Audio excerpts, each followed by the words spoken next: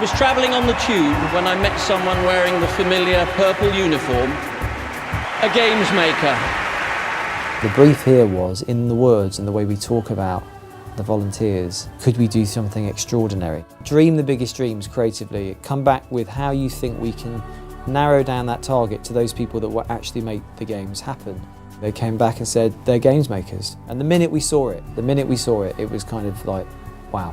When we showed that to Seb and Paul and then, the Prime Minister, and they just went, love it. I think that by calling them games makers or saying you can apply to be a games maker, it gave it a precision that in truth the term volunteering doesn't have.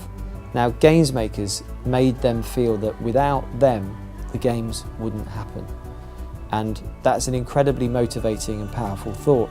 Younger audiences particularly, they would never, if we talk to them, do you want to volunteer? No, it's not for me, it's something my dad does. Do you want to be a games maker? Yeah.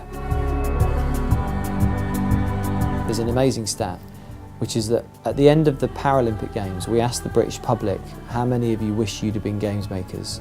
And 44% of UK adults said, I wish I'd have been a games maker. That's like 20 million people or thereabouts. It's a phenomenal stat. And again, it's because they saw this army of everyday people, but with a kind of heroic thing in their heads that they were going to make the games and it was going to be extraordinary. I always remember thinking it was kind of quite Star Warsy. There's something Jedi about kind of being a games maker, and I thought that was quite exciting. The dictionary thing actually made us all kind of quite proud. What a brilliant addition to not only history, because that's written now. That's never going to be taken away. That is now in the dictionary. But it's had an effect right across the sector. We didn't say that anyone else in the world had to use it. It's contagious.